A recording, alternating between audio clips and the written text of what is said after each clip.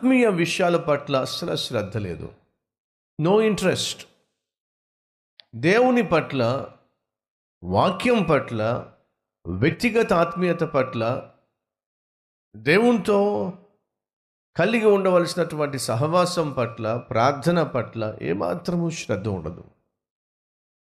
ప్రార్థన చేస్తే ఆశీర్వాదం తెలుసు, వాక్యము చదవటం వల్ల ఆత్మీయ జీవితం బలపడుతుంది తెలుసు, ఆశీర్వదించబడతాడు తెలుసు, పరిశుద్ధంగా జీవిస్తాడు తెలుసు, సైతాను దూరం అయిపోతాడు తెలుసు, అన్నీ తెలుసండి.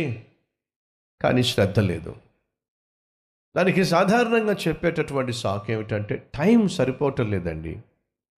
దేవుని సన్నిధికి రావడానికి టైం లేదండి. ఉదయమునే లేచి ప్రార్థించడానికి టైం సరిపోవటం లేదండి. సాయంత్రం కాసేపు దేవుని సన్నిధిలో మోకరించడానికి టైం సరిపోవటం లేదండి. టైం టైం ఎక్కడండి? ఉద్యోగంతోనే సరిపోతుంది. ఎక్కడండి? ఆ పిల్లోడితోనే సరిపోతుంది. ఎక్కడండి? ఇంటి పని, వంట పనితోనే సరిపోతుంది. ఎక్కడండి? చదువుకోవడానికే సరిపోతుంది.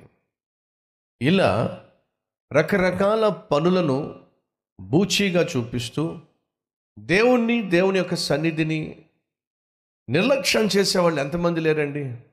ఈ రోజుల్లో వాస్తవంగా మన అందరికీ అన్ని విషయాలకు సమయం ఉంది.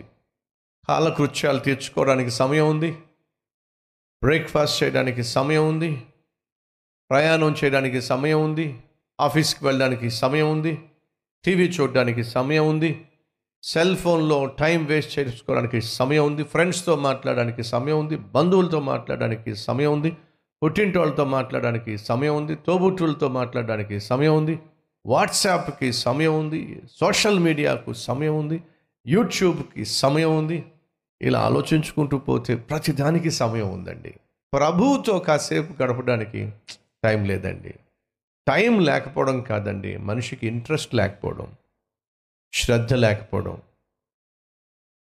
షీబా దేశపు రాణి విన్నదట, సొలొమోను అనేటటువంటి మహాజ్ఞాని ఇశ్రాయేలు దేశాన్ని పరిపాలిస్తున్నాడు, విన్నదట. ప్రభు అంటున్నాడు, అంతకంటే గొప్పవాడిని నేను. ఏమంటున్నాడు? ఇదిగో సొలొమోను కంటే గొప్పవాడు ఇక్కడ ఉన్నాడు. ఒక అన్యురాలు సొలొమోను కలిగి ఉన్న జ్ఞానమును గూర్చి విని అంత శ్రద్ధ చూపించిందే. ఎన్నో పనులు. ఒక దేశాన్ని పరిపాలించటం అంటే మాటలు కాదు. ఆర్థిక వ్యవస్థను గూర్చి అన్ని జాగ్రత్తలు తీసుకోవాలి. హఠాత్తుగా వచ్చి పడేటటువంటి శత్రు సైన్యము నుంచి తన దేశాన్ని కాపాడుకోవాలి. కొన్నిసార్లు ప్రకృతి వైపరీత్యాలు ఏర్పడినప్పుడు తన దేశాన్ని భద్రపరుచుకోవాలి.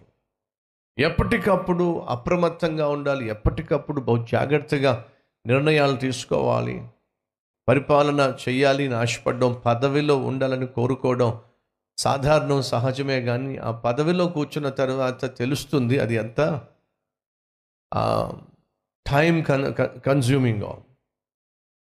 సో ఈరోజు మనం ధ్యానిస్తున్నటువంటి వ్యక్తి లేక వచనం నుంచి నేర్చుకుంటున్న పాఠం బహు విలువైంది. తమ్ముడు, చెల్లి, ఓ రోజు షీబా దేశపు రాణి నీ మీద నేరం మోపబోతుంది.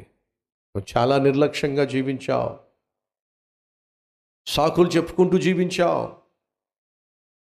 సోమరితనంతో జీవించావు, సుఖభోగాన్నే ప్రేమించావు, సంతోషాన్ని పంచే దేవుణ్ణి మరిచి జీవించావు. ఇది నీకు న్యాయమా? సొలొమోను కంటే బహుశ్రేష్టమైన దేవుణ్ణి నువ్వు నిర్లక్ష్యం చేశావు. ఇది నీకు ఆశీర్వాదమా? ఈ రోజు నుంచి అయినా శ్రద్ధ వహిద్దాం, బాధ్యత వహిద్దాం. దేవునికి ఇవ్వాల్సిన విలువ మనం ఇద్దాం. అవునన్నవారు మీరున్న చోటి మీ హస్తాన్ని ప్రభువుకు చూపించి, నాయన నన్ను క్షమించు, ఇక నుంచి అయినా నేను సొలొమోను కంటే మహాజ్ఞానివని, మహాప్రేమ కలిగిన వాడివని, సొలొమోను కంటే ఎక్కువగా ప్రేమిస్తున్న వాడివని గ్రహించి నా జీవితాన్ని దిద్దుకుంటాను ప్రభువా.